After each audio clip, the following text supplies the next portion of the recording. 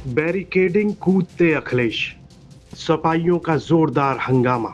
ये सब कुछ हो रहा है इलेक्शन कमीशन के ऑफिस के बाहर। दरअसल समाजवादी पार्टी प्रमुख अखिलेश यादव ने चुनाव आयोग पर निशाना साधते हुए कहा था कि जिला अधिकारियों को सस्पेंड किया जाना चाहिए।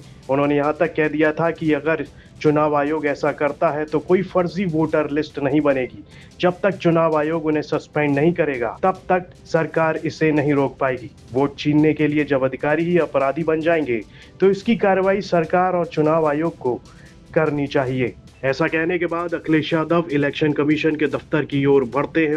अखिलेश जी, आप इस मार्च में शामिल हुए, क्या कहना चाहेंगे आप लोगों को? आप लोगों ने भी एफिडेविट जमा किए थे,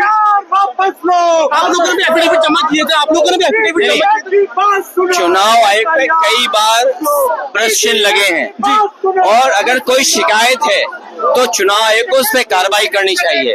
और खासकर उत्तर प्रदेश में जहां पर सरकार मिलकर के वोट लूट रही है, आप लोग मांग रहे सरकार के लिए चुनाव, इस पर चर्चा नहीं होगी संसद में? संसद में तो हम लोग अपनी बात रखना चाहते हैं, सरकार सुनना ही नहीं चाहती है। सरकार सुनना ही नहीं चाहती है। आज सरकार को क्या संदेश देने आया?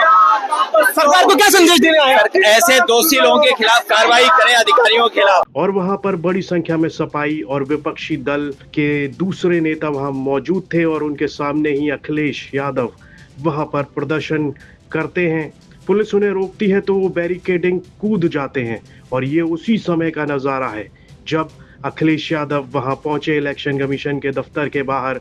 पुलिस ने उन्हें रोका तो वो बैरिकेडिंग कूद गए। इस दौरान चुनाव आयोग पर भी कई सवाल उठ रहे हैं। कांग्रेस नेता राहुल गांधी ने कर्नाटक लोकसभा में एक विधानसभा पर 1 लाख से ज्यादा वोटरों की धांधली का आरोप लगाया। इसके अलावा बिहार में SIR के मुद्दे पर इंडिया गठबंधन लगातार चुनाव आयोग पर घेराबंदी कर रहा है, जिसको लेकर अखिलेश यादव भी मुखर हैं। उन्होंने संसद भवन से निकलते हुए चुनाव आयोग को फौरन ऐसे अधिकारियों पर कार्रवाई करने की बात कही थी। उत्तर प्रदेश में राजनीतिक सरगर्मियां तेज हैं और ये सब कुछ तब हो रहा है जब उत्तर प्रदेश में आने वाले चुनावों को लेकर राजनीतिक गतिविधियां भी तेज हैं।